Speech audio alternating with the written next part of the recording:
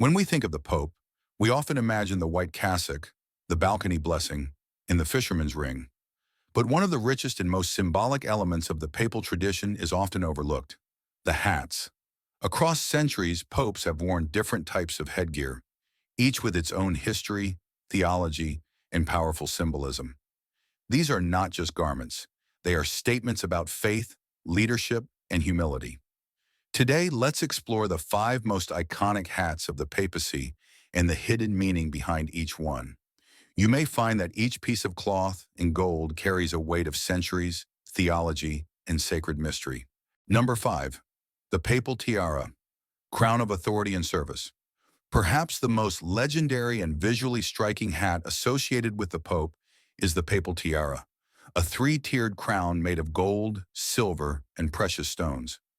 It evolved over centuries, each tier representing a distinct aspect of papal authority: father of princes and kings, spiritual fatherhood over secular rulers, ruler of the world, the Church's moral and pastoral influence over all nations, and vicar of Christ on earth, the visible head of Christ's Church. The tiara's history is complex. Initially a simple helmet-like crown for protection during turbulent medieval times, it later became richly adorned to symbolize the increasing temporal and spiritual authority of the papacy. Although no pope since Paul VI has worn the tiara, choosing instead to emphasize spiritual humility over worldly grandeur, its symbolism remains potent. The tiara reminds the world that the Pope's dominion is not political conquest, but the spiritual guidance of souls, a leadership rooted in service, sacrifice, and fidelity to Christ. Even today, the image of the tiara on papal coats of arms silently proclaims that, beyond media narratives and global diplomacy, the Pope carries the triple burden of shepherd, father, and servant before God and history. Number 4. The mitre, the helmet of the shepherd. The mitre is the most commonly recognized liturgical hat of the Pope today, towering above the vestments with its dual peaks and long flowing ribbons. Its origins trace back to the 10th century, symbolizing the helmet of salvation described in Ephesians 6:17. A piece of spiritual armor, not for earthly battles, but for safeguarding the faithful from sin and error. The two peaks of the mitre represent the dual natures of Christ, fully God and fully man, which the Pope, as the vicar of Christ, is charged to proclaim and defend. The ribbons at the back, known as infulae, symbolize the scriptures, the Old and New Testaments that unite in the teachings of the Church. During papal liturgies, the mitre's style changes depending on the solemnity of the occasion: the simple white for penitential seasons, the golden, richly decorated mitre for feasts of great joy. Every thread, every embroidered symbol on the mitre is a silent sermon, speaking of a shepherd who must defend, teach, and suffer with the flock entrusted to him. When the Pope places the mitre on his head, it is not just a vestment. It is a shield of faith visibly crowning the leader of over 1 billion Catholics worldwide. Number 3. The Zucetto, the little white skull cap of humility. Almost always hidden under more elaborate headgear, the white Zucetto is perhaps the most personal and constant of all papal garments. Its name comes from the Italian zucca, meaning pumpkin, due to its rounded shape. Historically, clerics shaved a portion of their hair, known as the tonsure, as a sign of religious devotion and renunciation of worldly vanity. The Zucetto emerged to cover this tonsure, protecting the head from cold and symbolizing spiritual submission to God. For the Pope, the white Zucetto is a daily sign of his call to humility, service, and constant awareness of the divine presence. Unlike the pomp of ceremonial crowns, the Zucetto stays with the Pope in his private moments of prayer, at simple masses, even during personal walks in the Vatican gardens. There is also a charming tradition where faithful pilgrims can exchange their Zucetto with the Pope if they present a new one, symbolizing a mutual bond of prayer and humility.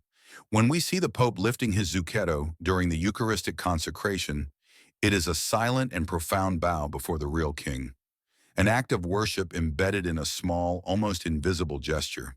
Number 2. The Kamaro, the forgotten winter cap of the Pope. The Kamaro is a little-known but richly historic papal headpiece, dating back to at least the 12th century. It was traditionally worn during winter months to provide warmth, especially in the massive, drafty churches of medieval Rome. Made of red velvet and trimmed with luxurious white ermine fur, the Kamaro stands out both for its color and for its practical beauty. The red symbolizes the blood of martyrs and the leadership of the church even unto death, while the ermine's association with purity and incorruptibility mirrors the Pope's call to lead with an unblemished heart. Pope Benedict XVI famously revived the Kamaro for brief periods during his papacy, bringing public attention back to this venerable tradition.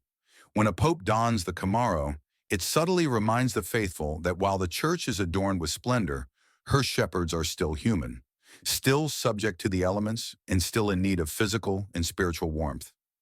In an age of sleek modernity, the Kamaro stands as a relic of a time when tradition and practicality walked hand in hand, carrying forward a beauty that was never intended for vanity, but for service and remembrance. Number 1. The Capella Romano, the outdoor hat of dignity. Finally, the Capella Romano, or Saturno, is perhaps the most charming, yet deeply symbolic, papal hat. Its broad, circular brim protects the wearer from sun and rain, but it also serves as a metaphor. The Pope must shield the church from storms, both literal and spiritual. Traditionally crafted from felt or beaver fur, the papal version is distinguished by its white color and delicate gold trim.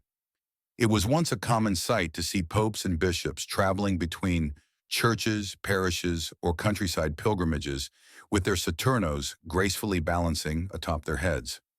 Though less frequently used in the modern papacy, the image of the Pope wearing the Capella Romano remains a reminder that even the highest office in the church is fundamentally about pilgrimage, a journey with the people, among the people, and toward the heavenly homeland.